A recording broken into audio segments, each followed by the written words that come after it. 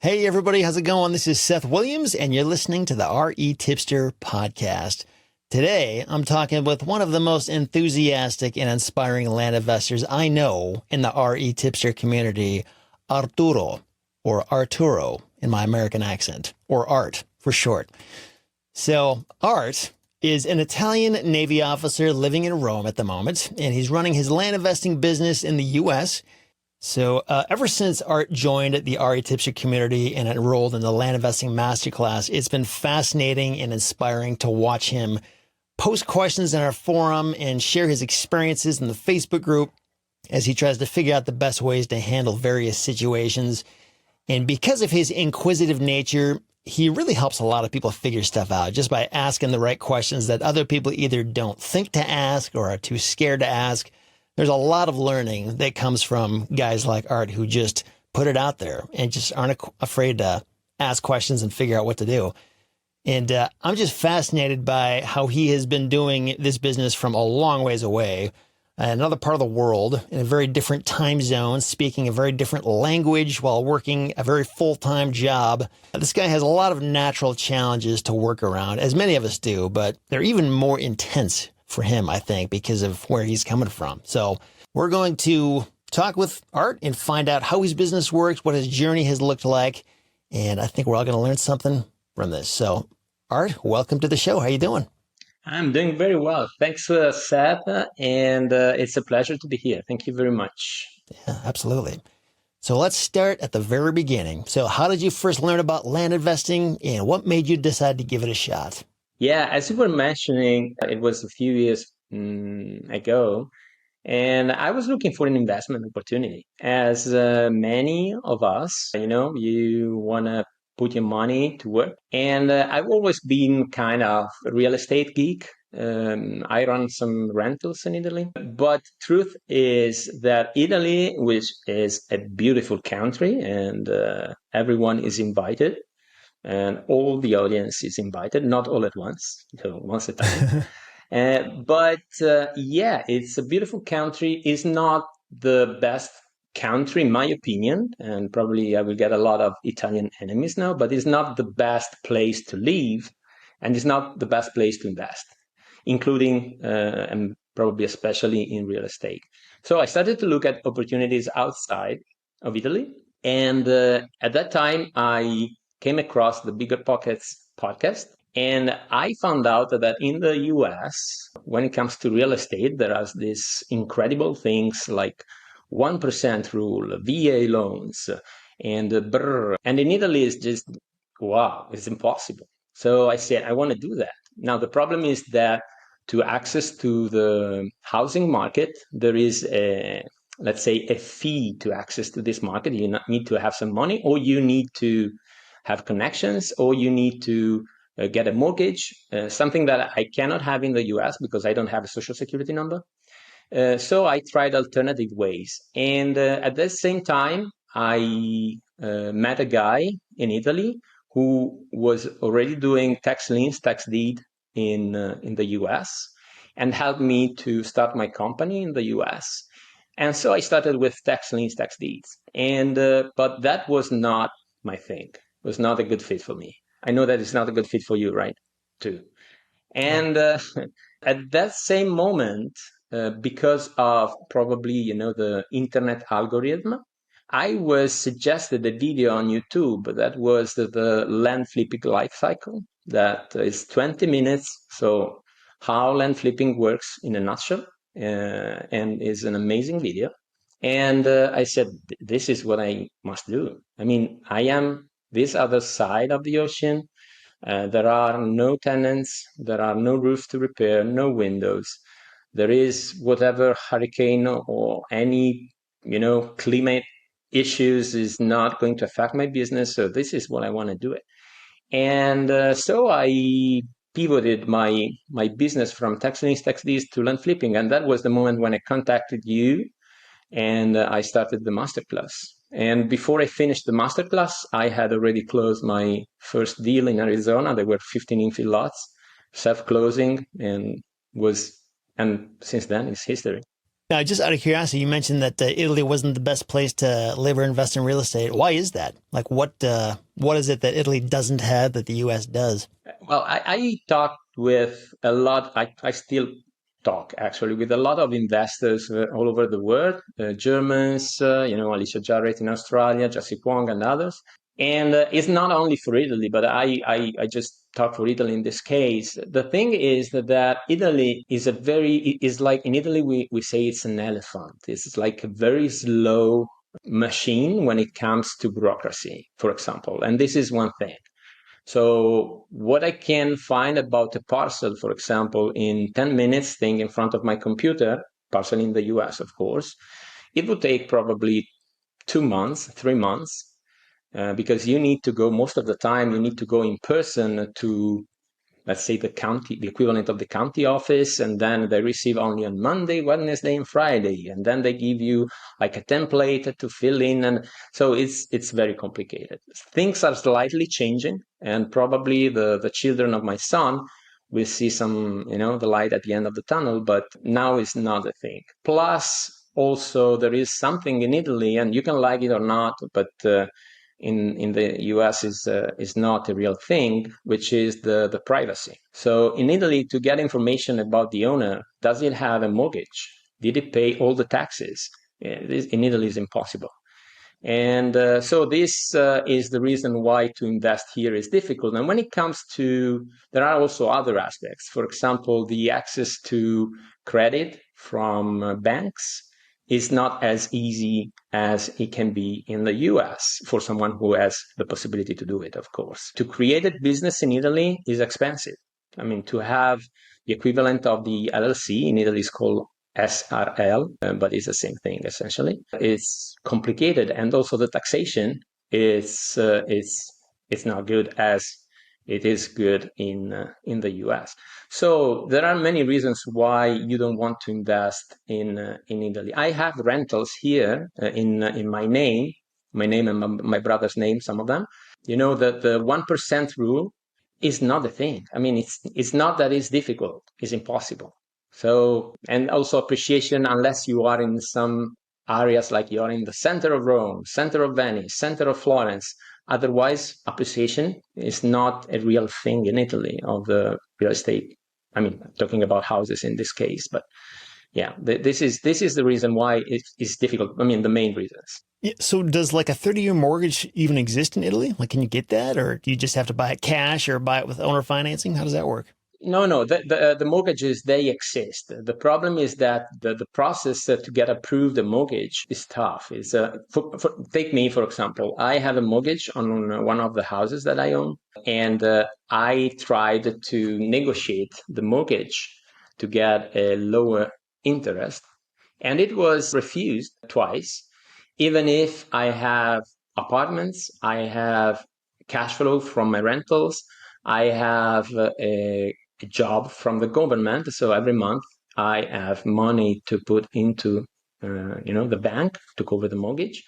But it was refused because for them, the houses were not enough, because today you rent, tomorrow you don't. So it's not sure. And so I don't say that it's impossible. It's just complicated. And you can see it also. This is one of the reasons, I think, why in the US, you have so many young people doing real estate. You have people that they become millionaire at 25 doing real estate, and they have 50, 60 doors. And in Italy, a family might have difficulties to keep their own house, because is a person that is 20 years old will never get a credit, and those from the bank. And those who can have a mortgage, it's difficult to reinvest in somewhere else. We don't have refinancing, for example. So you cannot refinance a house, and get that 70, 80% of the spread between the new price of the house after that you fix it. And so there are many things in Italy that do not exist that exist in the US that make US, I think, unique. Because as I was saying, I was talking also with other people, and this is pretty much something that is common in many states outside of the US. Yeah, I know that like the lack of access to data and even like the financing difficulty, like that's not unique to Italy at all. Like I've heard this in many different countries where it makes it really hard to buy and sell real estate in general. And I don't know why. I mean, not that the US has everything figured out. We certainly don't, but I don't know. I'm surprised more countries don't like change something about that just to make it a little bit easier. Maybe it's like a systemic issue where it's like so many different industries would have to change so many things in order to make it as easy as it is here. I don't know. But yeah, it's kind of interesting. Maybe it'll change in the years to come. We'll have to wait and see. Hopefully. I think it's resistance to the change. So you're in the Navy, right? The Italian Navy. Tell me about that. Like, how long have you been in the Navy? And is it like your main thing in addition to the land business? Yes. It's I joined the Naval Academy in Livorno, which is the equivalent of Annapolis, in 1993. So, I mean, you do the math. It was 33 years. Mm-hmm. And now I'm in the rank of commander, and I've lived in many places around the world. Lately was Egypt and Turkey. And I'm very thankful of what I've done so far in the Navy, because it allowed me to live experiences that are not for everyone, for sure, and probably also to shape my kind of mindset. So I am very committed in what I decide to do, and I'm very focused, and discipline is an asset for me. So yeah, my main job, I would say, like my day job, is in the military, and when I finish my job, and normally this happens around 5 o'clock in the afternoon, I run at home and I start to work in my land business. And the good thing is that the time zone is okay, because when I come at home at that time, so let's say 6 o'clock, I am at home. East Coast is lunchtime, is 12, and in the West Coast it's morning. So works out pretty well. It's okay. The only struggle is that I have to work until late night. And then wake up in the morning. So I don't have a lot of social life, but this is a choice. I just like land. If I want to cut time for myself, sometimes I need it. I just do it. This is what I like, actually. So it's not something like when I tell to someone, many people say you live a sad life. I don't. I just choose to live the way that I live, and I do things, and I can do things that many people cannot because of land, and because of you, because you made me know land. Oh, thanks. Glad I could help out with that. Yeah, that's yeah, you have. I don't know if you realize, but you have so many years, because I met you, but I don't know how long you have done land, but you have affected the life of so many people, and this is probably is heavy, but in a positive way. So this is merit to you. Yeah, I appreciate you saying that, and I kind of got a feel for that at the Land Unconference that we were both at, a couple months ago, because I get emails like that to that effect. I don't know, probably on a weekly basis from people, and it's always an amazing thing. But it was crazy going to that conference, and like everybody knew who I was, and like a lot of people were saying stuff to that effect, and it was just like, man, this is amazing. Like I can't believe this many people care and have like done cool things in their life. Like a lot of times I just don't hear about it. Like people do cool stuff, and I don't really know. I'm none the wiser. So, I mean, it sounds sort of similar to a lot of people out there. Myself, I was kind of a similar thing, different time zone issue, but it's very similar. In the early years of my land business, I would get home from my job and just go right to work right after dinner and just kind of work until bedtime and spend a lot of my weekends. And I can totally see why a lot of people would have thought that was a depressing existence, but look where I'm at now and look where they're at. They're still kind of stuck, and I'm not stuck anymore. So I think it's just the toll a lot of us have to pay to get out of our state to get to the next thing. But is that, in terms of being in the Navy, like, are you on the road a lot, or like do you come home to the same spot? Like, is it like every 2 years you have to go to a new location, or how does that work in terms of travel and mobility? Yeah, let's say that now I am at a point where I am in Rome, and if I want to settle in Rome, it's easy that I will stay in Rome until I retire. Yeah, until a few years ago, mobility was a real thing. And it's not only about mobility, it's about the fact that many times these movements unpredictable, so you plan, I don't know, a closing, and then they call you and you have to move and you cannot do that. It didn't happen, never happened, thanks God. But there are things that sometimes you need to find a way to work around. Now, it's easier for me to cut time for myself. I mean, for my business. If I decide to get out and come at home because I have to work, normally I do my job and then I can come. And I also recently started to work with crazy good VA that is helping me a lot. And taking a lot of stuff off my shoulders. And this is something that is helping me definitely. And I understand that VA is not a thing that you start and you get a VA, but as soon as possible, that is money well spent for me, at least, if you have a day job. I would think with your busy life, that would be a really important thing. Being a commander, is that like one step beneath general? Or something like where is that in the line of power? It's two steps before admiral, which is the equivalent of general. Yeah. Seriously? There is a commander. Yeah. Wow. Yes, it's not as close as it can look, but yeah, it's just two steps. And there is the rank of commander, and then the rank of captain, which is colonel in the army or in the Air Force. And then the admiral, which is the equivalent of general. Yeah. Wow, man. Are you going to shoot for that, or are you going to focus more on land? Admiral or land investor? Land of my life. Now, that's got to tell you something when you see the privileges of an admiral in the Italian Navy and you'd rather go towards land investing. Well, I might be both. Who knows?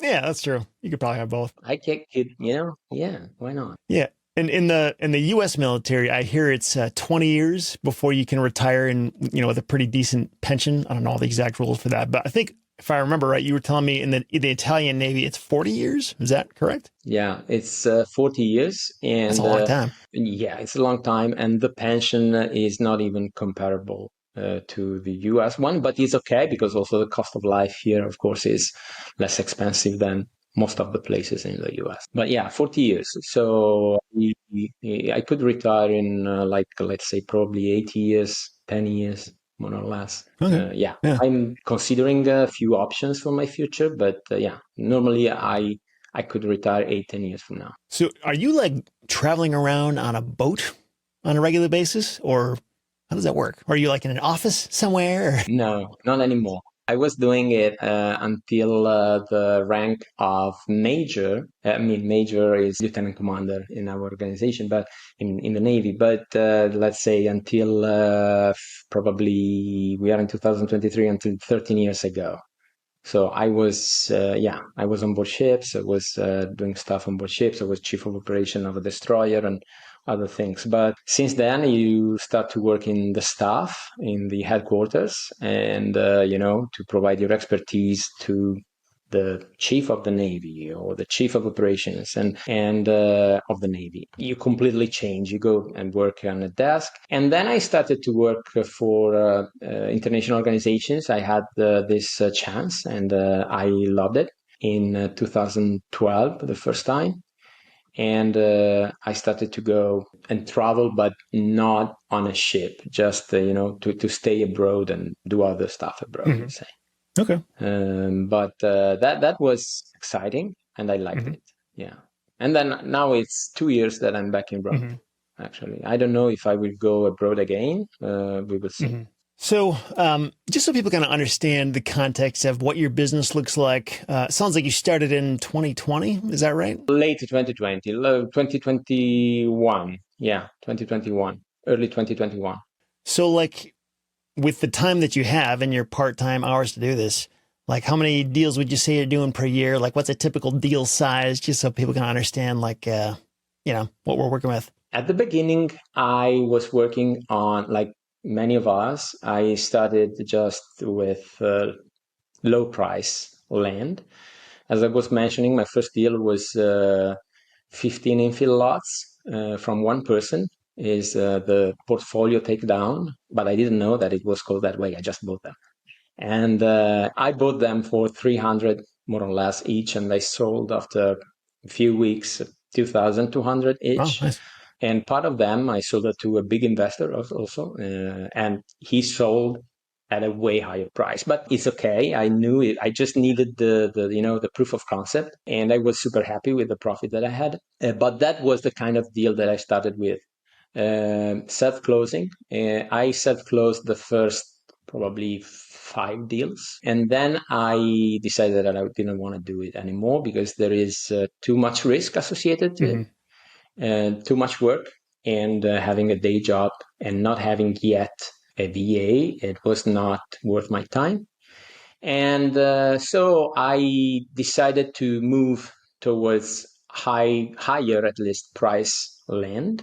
Since then, I started to consider like the minimum profit that I want to put in my pocket is 10,000, which means that if I use an equity partner, normally I try to profit 20,000 because there is the 50% split, right?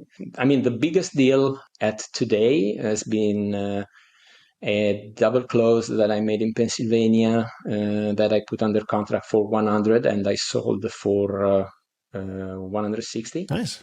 But I did few others very close to it. And now I am working with 2 partners on one 7-figure deals. Is an entitlement thing. So things are going pretty well. And I have another one like this in my pipeline that is going to start soon. So I am, I don't want to say that I'm pivoting towards entitlements because I want to just, my main business, if not the only one for me, is flipping. But if there is the opportunity to do it, why not? And one of my partners actually in this endeavors is a guy that is 35 years experienced land planner and civil engineer. So he's done this all his life, and he is actually doing all the job. We brought the deal. I say we because me and the other partner of mine, we brought the deal to him, and he's doing all the job, and he's great actually. So, and his name is David Hansen. So if you can find him on Facebook, he's huge. So how many of your deals involve partners at this point? As a volume, consider that probably I am now on more or less 25, 30 deals per year. Okay, so this is more or less the volume. I'm trying to increase it. So I'm trying to increase the volume of my marketing efforts. So possibly will be more in the next future. About your questions on how much I use funders, as many times as possible. I want to keep the money that I have on my business bank account for marketing essentially and for all the operational expenses, and use the other people's money to buy. Now, it can be like equity partner, so having a joint venture. It can be like someone who is available to give me a loan at 1.5, 2%.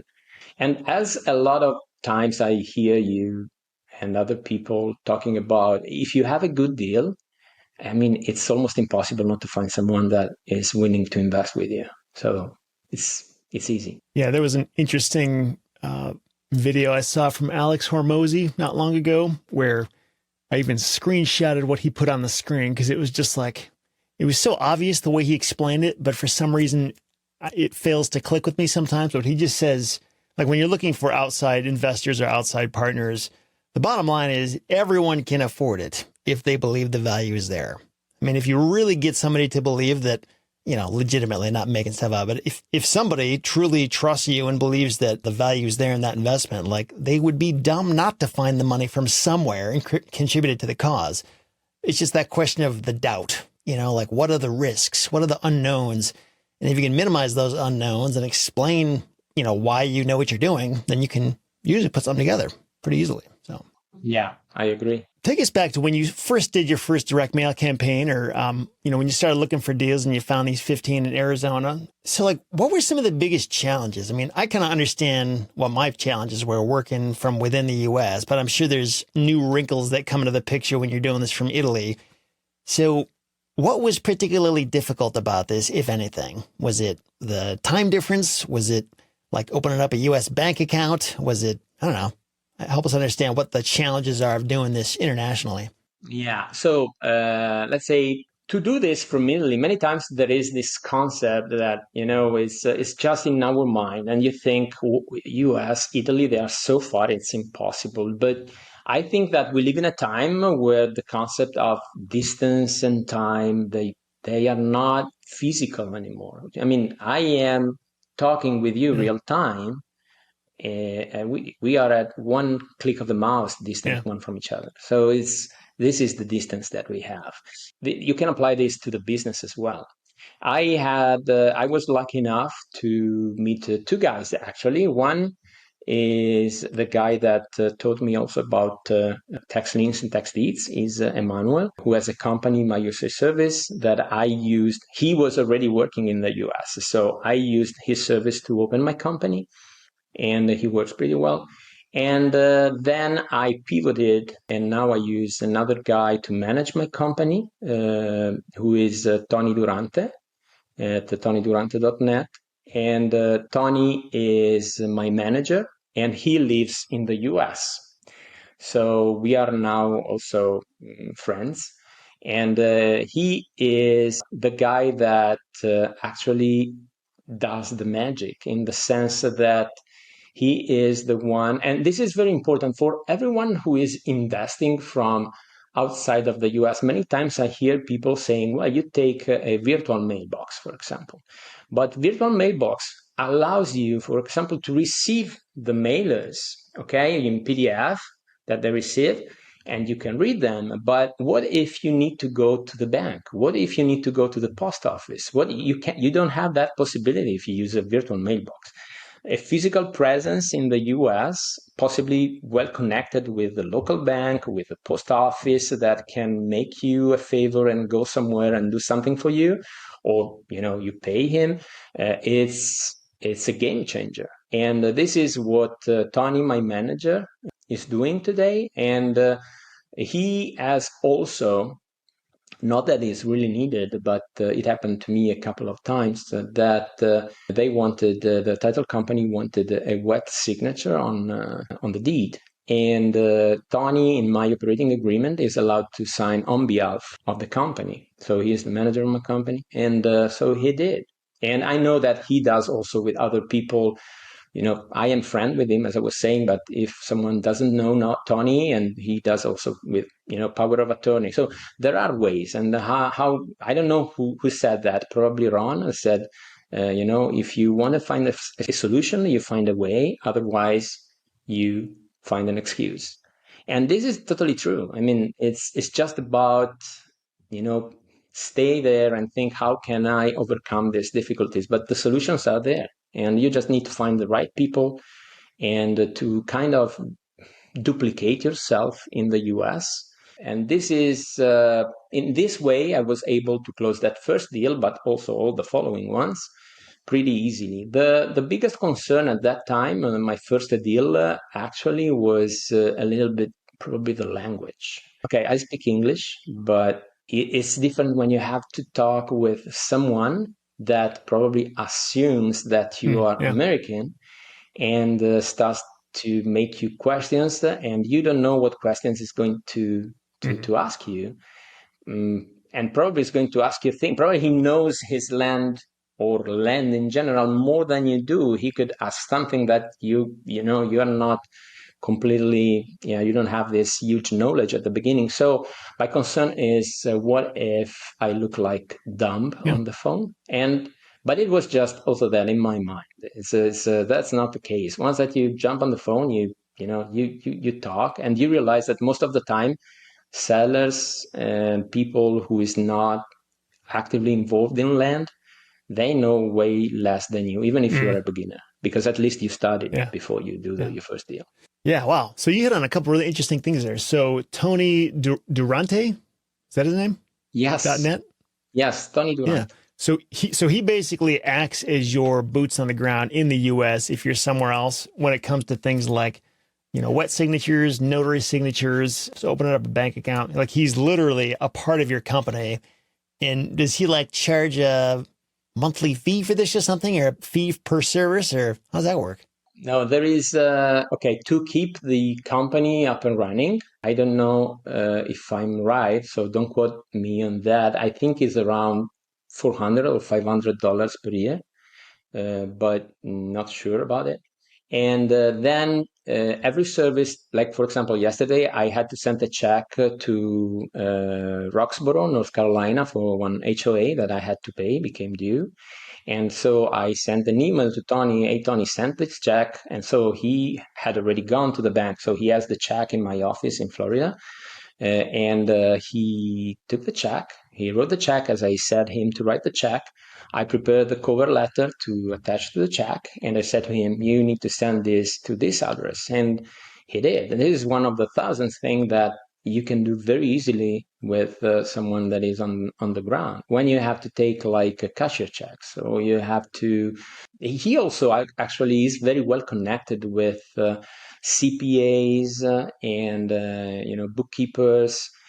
So that's also important. I met a very cool guy, James Baker. He's a CPA. Actually, he was also a land investor with the Land Geek, but I think that he's not investing in land anymore. But this guy is huge. He also has a YouTube channel, and his main job is to facilitate people to start companies in the US from a CPA perspective. So he knows a lot about it.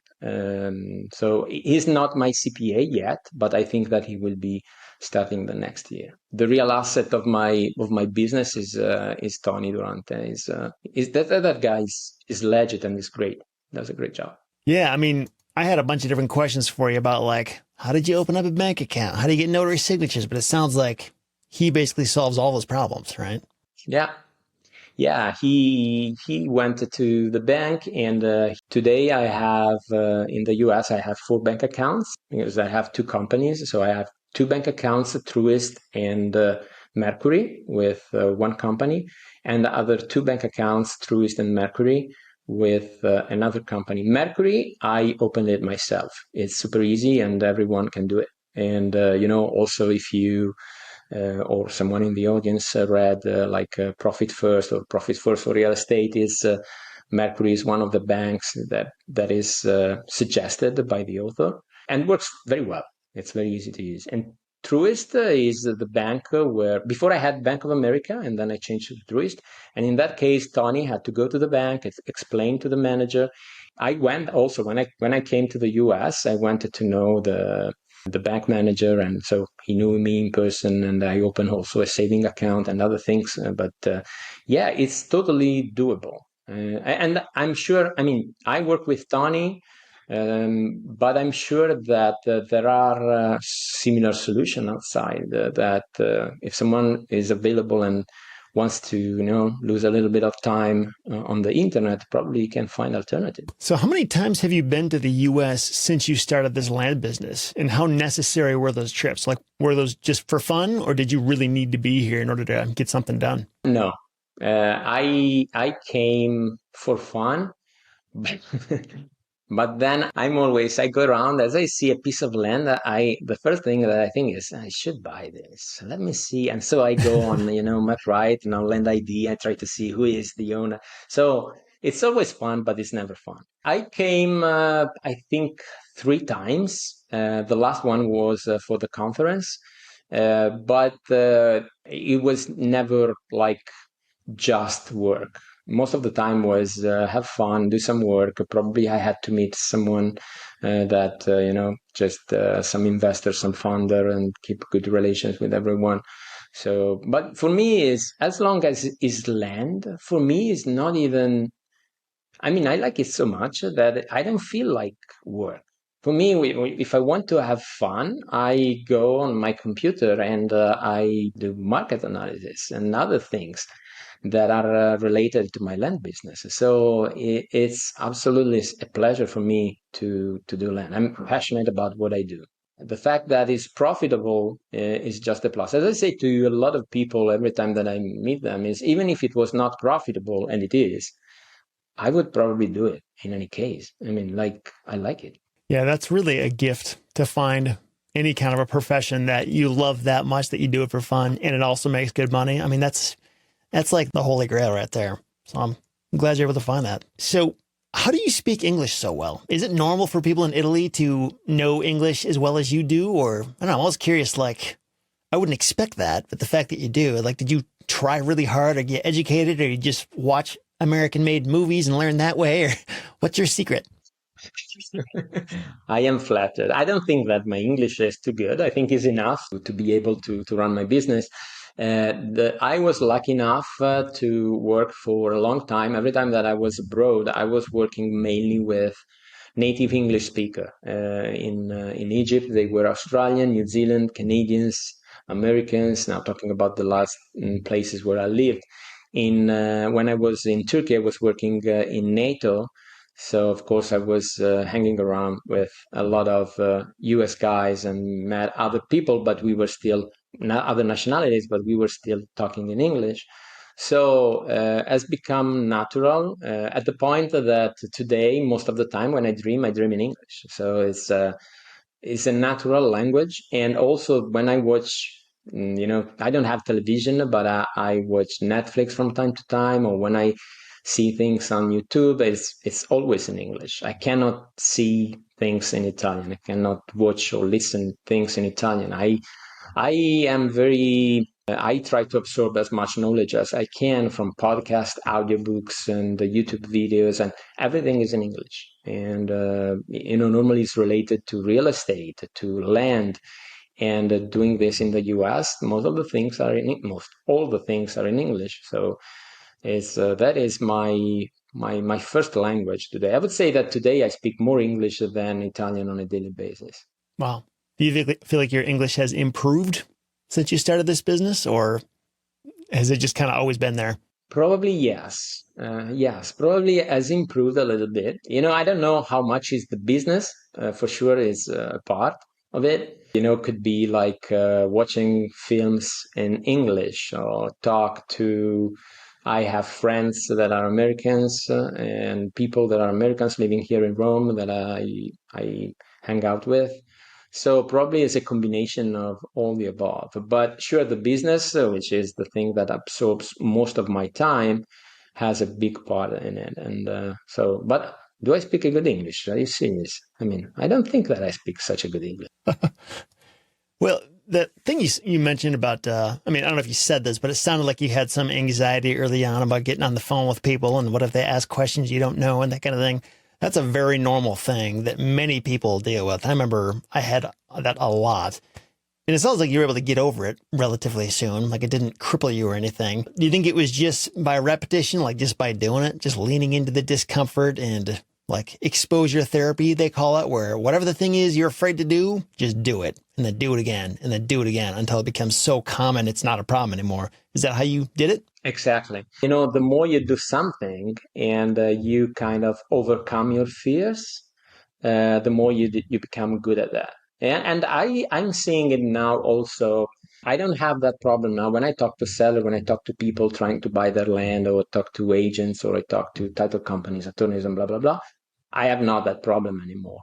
The thing that I am today struggling a little bit, and this is something that is one of the things that I need to work on, are my closing skills. So when at the moment, as I said to you, I have a VA, but the one making the offer to seller, it's me. And it's not about being afraid of what they can say. It's about closing skills. That is like the next level, right?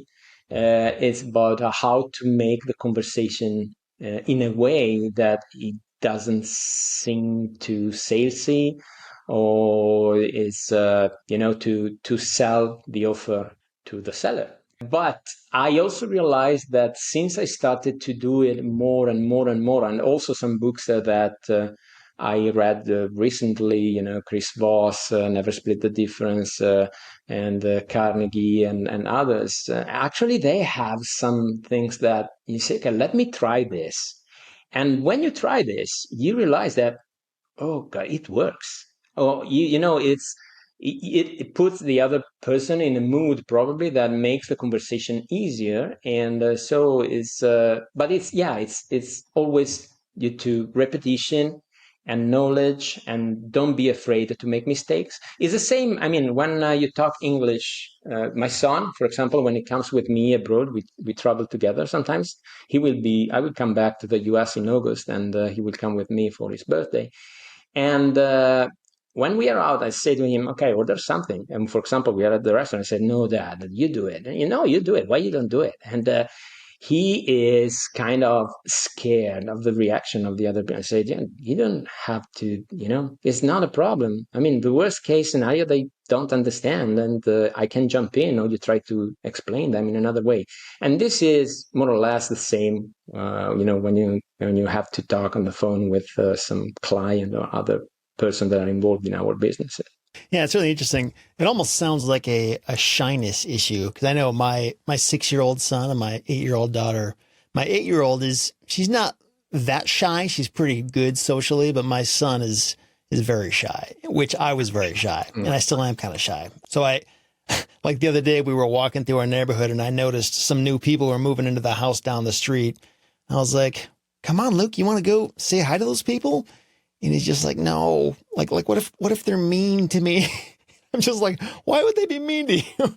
But I totally understood where he was coming from. Like, it's uncomfortable for us shy people to get out of our shell and take the first step and make the first move. But yeah, I think it has a lot to do with your beliefs a little bit in yourself. Like why would you believe they're going to be mean to you? Like, why does your brain go there of all places? And I don't really know the magic bullet for how to fix your thinking, but I think that is where the issue is like being confident in yourself and believing that, like, I have a right to be at this table. Like, I can make this offer. And if they get mad, it doesn't make me the bad guy. It means we just don't see eye to eye, And there's all kinds of different narratives that we can tell ourselves that will either make this process easier or harder.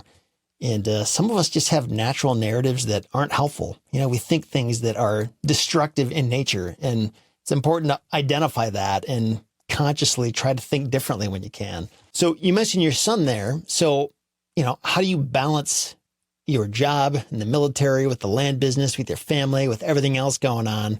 Is that a difficult thing? Like, how do you, stay on top of that and make sure something's not getting neglected? Well, no, it's not difficult because my son is 23 years old. So he lives by himself in another town. He studies at university, and we just like to, of course, spend time together. But he's super busy. He's a medic school in a town in very north part of Italy. I am in Rome, which is in the center part of Italy. So it's not easy to see each other. He is super busy. I am super busy. But we talk often, and sometimes we can do something nice together, like some trips. And he came to visit me in Turkey and in Egypt and other places where he could come and visit. So that's not a problem. I mean, my son is not a big deal. The most effective days, like today, for example, I didn't go to work. Today, I was able to put 2 properties under contract in one day. And I was not going to work. Every time that I'm not going to work, I can do so many things and so well, and also find time for myself, go to the gym, and, try to get a little bit of time for, just recover my mental sanity. Sometimes, so I want to just, watch like a little bit of Netflix, or go to the gym, or do something that is not just land, work, land. I can do it. So my obligations with my military job that I like, and again, it allowed me to do a lot of things that I'm doing now, but is the fact that there are always 24 hours for everyone. So I have to put the remaining hours from 6 o'clock in the afternoon until 6 o'clock in the morning when I wake up. I need to use them in the best way, which for me many times means to sleep like 4 hours per night because I have to work. And you do this for 3 days, can be okay. If you do this for 15 days, it starts to can be tough. But again, there is this nice book that is, who was it? I think Dan Sullivan, who wrote Who Not How. And that book was quite life-changing for me. And it's nice because almost at the beginning it says, I didn't write this book. This other guy, Benjamin, I don't remember the name, he wrote for me. And Benjamin Hardy? Yeah. Actually, it's about finding people that is better than you in doing what you do. And my VA actually is way better than me in doing what she does. She was already coming from real estate environment. So I'm happy that I found her. Yeah, it's funny you say that. Just this morning, I was working on this project, not land related. It was with my self-storage facility where I trying to put together these parking posts that indicate the number of each parking spot throughout our RV and boat parking area. And in my mind, there was a very specific way that we were going to put these posts together and put the signs on each post and drill them into the ground. And I kind of had this idea that I kind of felt like I was the only person that could do it. You know, like anybody else I would hire would just be incompetent and they would screw it up and make it look bad. But my business partner, he had some people that he hired to come in and do it. And they were doing it way better than I was. It looked better. They were faster at it. And it was like, maybe I'm not this genius. Like maybe a lot of other people could do this a lot better than me. I just need to actually try. Or I don't know, maybe it takes more scrutiny than what I normally put on people. But there's definitely talent out there that can make your life way easier. And it's like a disservice to yourself to not explore that and just try to handle it all in-house because there's only so much you can do and only so much that you're good at on your own. And this is actually, if you think also, we were talking before about Tony. Tony is another example, the other person that is working for me. Tony is another example of, without him, I wouldn't be able to do what I do, how I do it. I could do it because there is people doing it, right? But, there is it would be way more difficult. It's because, the reason that I was mentioning before, you cannot go and the postal office, the bank, and all this kind of stuff. So to replicate yourself is the best thing that you can do for your business, I think. Yeah, for sure. One question earlier, you were talking about these books you read by Chris Voss and how when you have the right words to say to the people, it makes them more receptive or something like that to your offers. So what is some of that stuff? Like, what have you been saying that makes it work better for the person on the other end of the call? It's more about, some techniques that it teaches. For example, there is this mirroring thing that to repeat the last words of the person that is talking to you. Repeat the last words of the person talking to you? Yeah, it's like, I am. You see what I did there? I just mirrored with you. Yeah, there's some, and then you put it like, are you doing this? And and it creates this kind of empathy. But this is just an example. There are other techniques that he explains, and that allows you to. There are practical things that you can apply to your way that you speak. That book was. Actually, I knew about it because who was that? It was Howard Zonder. He was talking about it. And I said, it was a moment that I just finished a call with a seller that was quite frustrating. It was one of those frustrating calls where you said, I messed up everything. I said, I need to do something. And I said, let's have a look at this book. And it was really, really illuminating for me. So, yeah, it's like a bunch of techniques that he explained, but not only there, also Carnegie and what is the name? How to Influence People and Win Friends, something like that. Yeah. Yep. How to Win Friends and Influence People by Dale Carnegie. Yeah, exactly. That is also another one. I still have to finish it, but that is good. I read a lot, and I consume a lot of books and education online. Most of it is for free. And actually, I think that to someone that is starting today, I always suggest, okay, make a course, but do not stop it there. First of all, you have to apply what you learn. So you learn something and you apply in your business. Yeah, don't wait to finish the course to do it. I bought my first deals so that I didn't even know how to sell them, but and it doesn't matter. Do it, and you will find a way. Once that you have them, you have to sell them. You will learn. But other than that, once that you've done the course, do not stop there.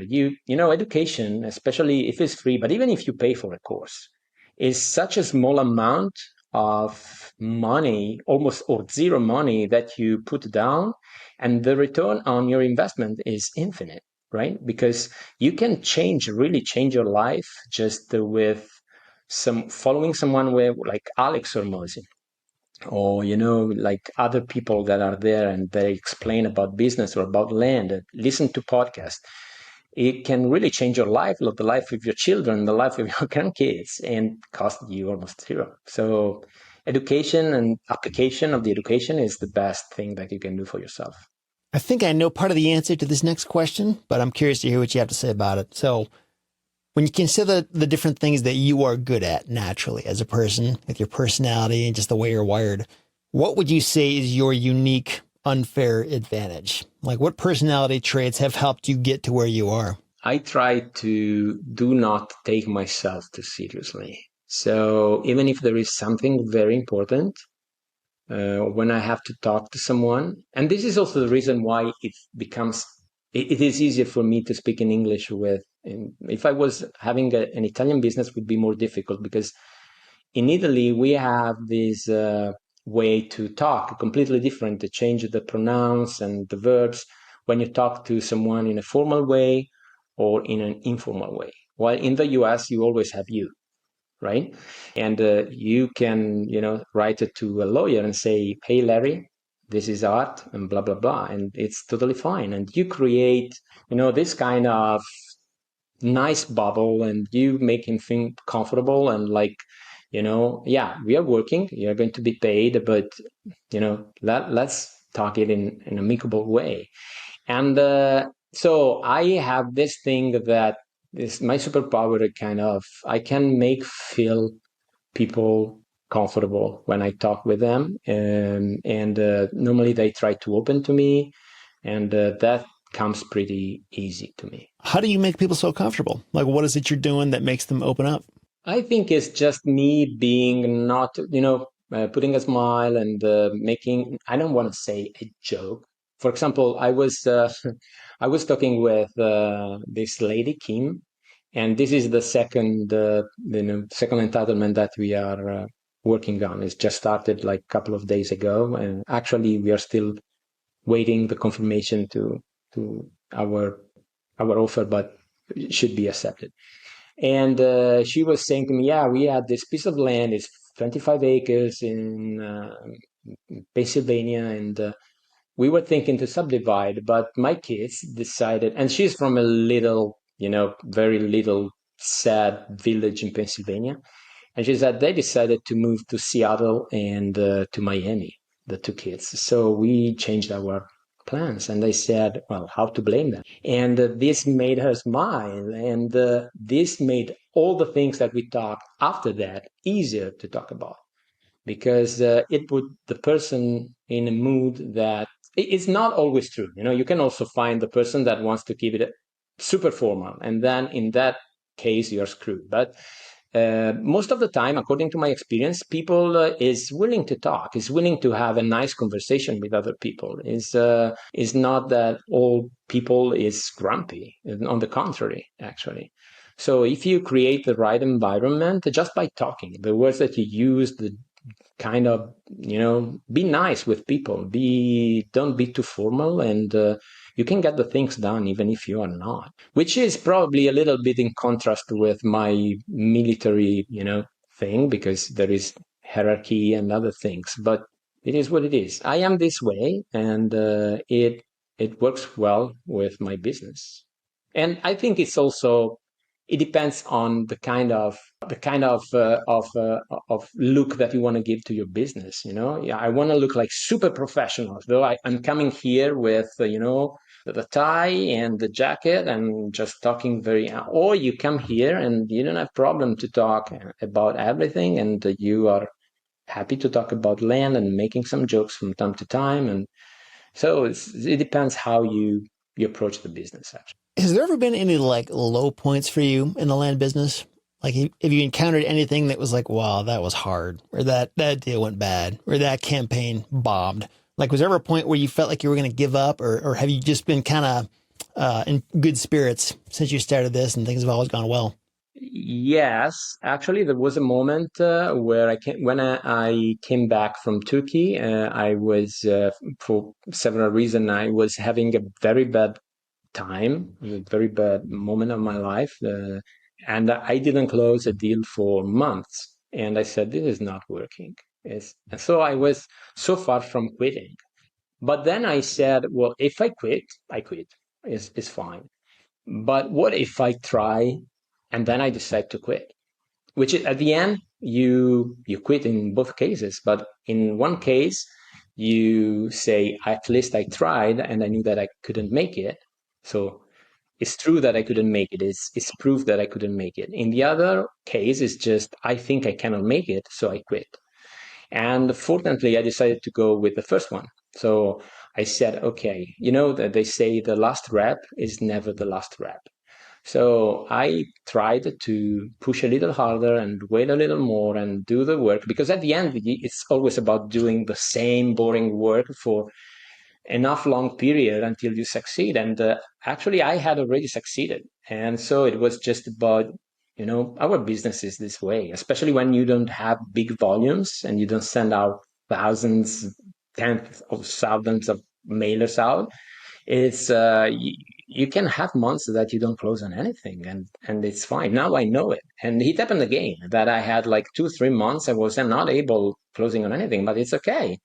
I just have my emergency funds. Let's say I have enough money to say, okay, even if I don't close on anything, I'm fine, and I keep doing mailers because sooner or later they will respond. And then what happens is that you send out 10,000 mailers of text and nobody answers, and then all of a sudden, like it happened yesterday, for example, to me, two persons accept your offers. So and the risk is that you quit and the next person that was going to call you was the deal that you were going to close. So that is not acceptable.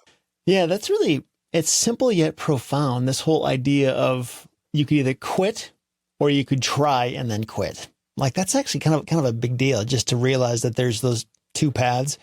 Because I feel like the easy thing to do is just to quit, and that's the end of the story. And you never had to try or take any risks. Or I know there's an author, Brene Brown. I heard her doing a speech one time, and she closed with that whole idea of, I mean, it's way better to try things and get hurt than to get to the end of your life on your deathbed and you're just asking yourself, man, what could have been? Like, what if I had gone out on a limb and done that thing? I mean, how much different or better could my life have been if I'd tried that and it worked out? And even if you try and it fails, like, at least you answered that question. You didn't just leave a giant question mark there. And it almost kind of gives you some peace of mind. If you gave it one last try and it still didn't work, at least you can officially put that to bed. Doesn't mean it's guaranteed to work or that everything's going to be peachy, but at least you gave it a shot, Yeah, definitely. So do you have any long-term plan where you want this to go? Like, where do you see yourself in 5 years or 10 years? Are you still going to be doing land investing? Are you going to pivot and do something else? Or what are your thoughts on that? So I don't see myself always doing land investing as the first thing. I have a number in my mind that I want to reach, after which I will probably start to investigate other opportunities like multifamily, commercial, or something else. But probably developments.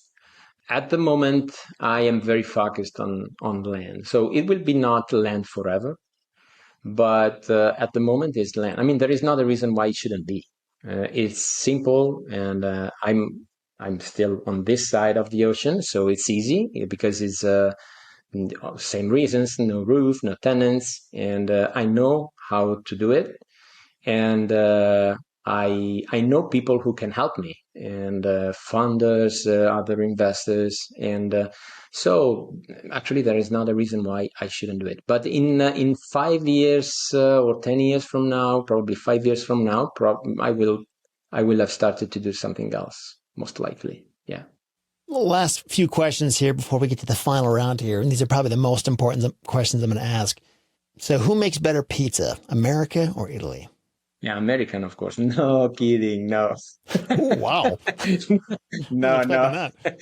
No, you see, this is the biggest struggle. I mean, America is a great country, and I am really blessed that it exists. And there are so many opportunities there. But every time that I come to the US, to eat for me is a struggle. I'm Italian, so I like good food. Oh, really?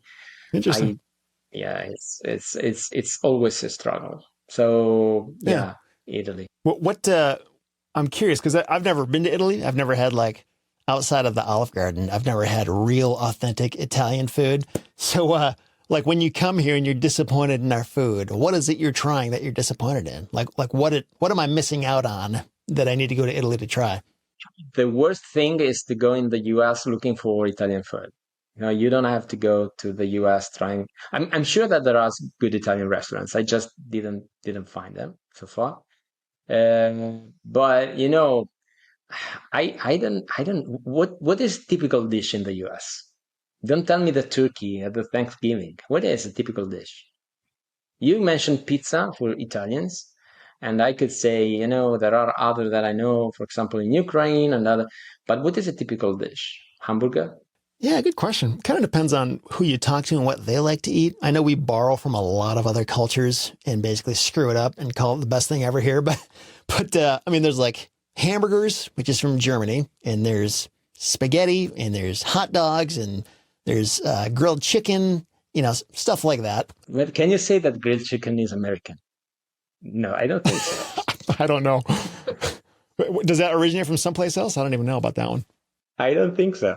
Yeah, and I know like Chinese food, sushi, stuff like that. A lot of people like that here, but of course that's not.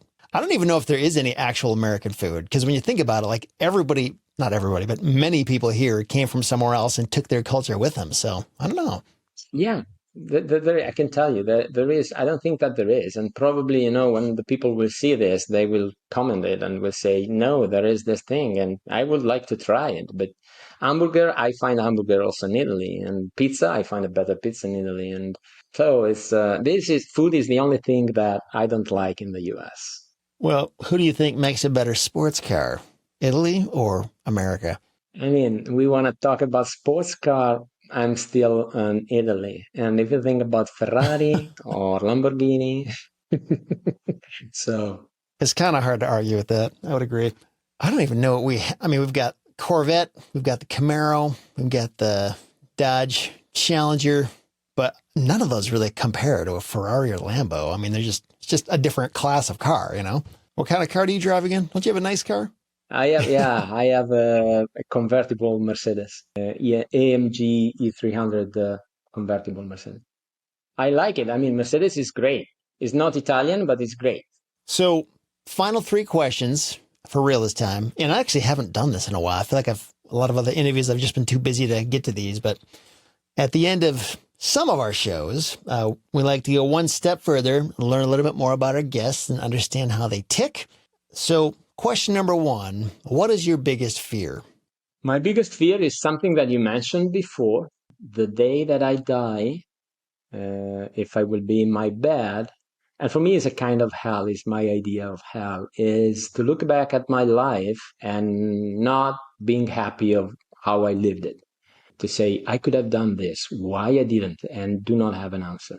So that is my biggest fear. Totally understand that. What are you most proud of? I am most proud of the difficulties that I overcame in life. I am most proud of, and this is especially as a father and also as a businessman. I was able. I'm well aware that I created something that is nice business wise. The thing is that, and I think I'm working on it, but I'm not too much. I'm not too good at that.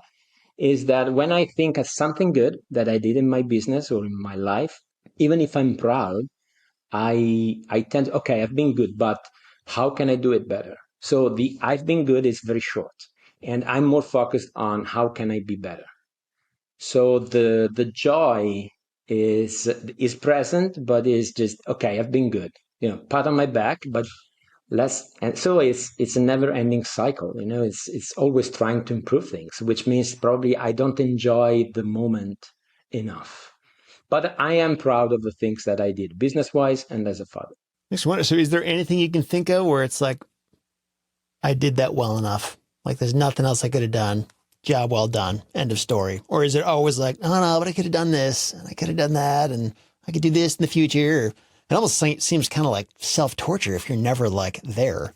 Yeah, it is. It is. Like, for example, you close a great deal and you say, yeah, good. I have this 50,000 cash in my bank account, but I could have had 60. I mean, you had 50. Yeah. Yeah. Very familiar with that. But still of course I'm happy, but I struggle a little bit. So how can I have 60 the next time? And I try to improve, which is good for my business. But it's I ask a lot to myself in everything that I do. Yeah, I think that's maybe the curse of an ambitious person is like never quite being there and always demanding more from yourself, which in a lot of ways, that's super admirable. I guess it's good to hear that you still do experience joy in the moment. It's not like it's just constantly cracking the whip on yourself. Like there's something there. I am now in the podcast with you, right? I am now in the podcast, and I'm already thinking, when does Joe Rogan is going to call me, right? So it's this next week, probably after he hears this. I'm very happy to be. So let's pretend for a moment that you just got 100 million US dollars wired to your bank account and you're not allowed to continue investing in land and you're not allowed to stay in the Navy. You have to completely change what you're doing. But you can do anything else you want for the rest of your life. And money is no issue here. So what would you do? I think that I would probably, I am very much a giver. So I like to give to people. And I've seen many situations around the world, very horrible situations, and kids dying on the road. And so I think that I would use, if I cannot use for my, and even if I can use for my business, actually, I want to help people that is not as fortunate as I am. And so probably I would try to give as much as possible. Besides, I truly believe that the more you give, the more you get back. And this is true. I was reading it and I was not believing, but I can tell it's true. And I think it's because something happened and you kind of attract some positive energy. I don't know what it is about, but it happened to me. And you don't have to do it because you are getting back something, but this is a nice plus. This is how I would use most of my money if I couldn't use it in land. I was not in the Navy. Is there anything specific you would do, like a certain cause or charity, or I don't know? This is the thing that I would do. I would probably take the money that I have and I would go where there are kids, because to see kids dying on the road is bad. To see kids with a rifle, it's bad. This cannot happen. And if I had possibility, I would be happy to make my part. And I do it now as I can. So if you don't have to share this, you're not obligated to, but if people want to get a hold of you or learn anything more or connect in any way, is there a way they should do that? Like a website or social media or anything like that? Well, they can find me. The easiest way probably is Facebook, Arturo Paturzo. Paturzo. And I am in all the main groups talking about land. I'm always available to talk, and I always have to learn from people who knows a lot more than I do. And also I learn a lot from people who knows less than I do, because they went through a different, experience probably that I didn't went through. So many times I engage with people that started probably 6 months ago, but they say, I faced this. Oh, I didn't know that. And so Facebook is probably the easiest way. Otherwise, through email is Arturo.Paturzo, my family name, at DNDay, which is the name of my company.com. But I would say Facebook is the easier way. He's very active on our Facebook group, in our forum. He asks tons of awesome questions. He'll address issues that most of us have, but most people just kind of figure it out on their own, or they don't think to actually ask the community. He just does a great job of elevating those issues and bringing them up. And yeah, it's good to have voices like him in the room. So thank you. So Art, thank you again for talking with me. It's been awesome to get to know you better and hear your story and learn from the lessons that you've learned in your land investing career. And I hope we'll talk again soon. It was really cool seeing you at the Land Unconference, and hopefully we will cross paths again in the not too distant future. So, I'm sure we will. Thank you very much, Seth. It's been a pleasure. Absolutely. Thanks.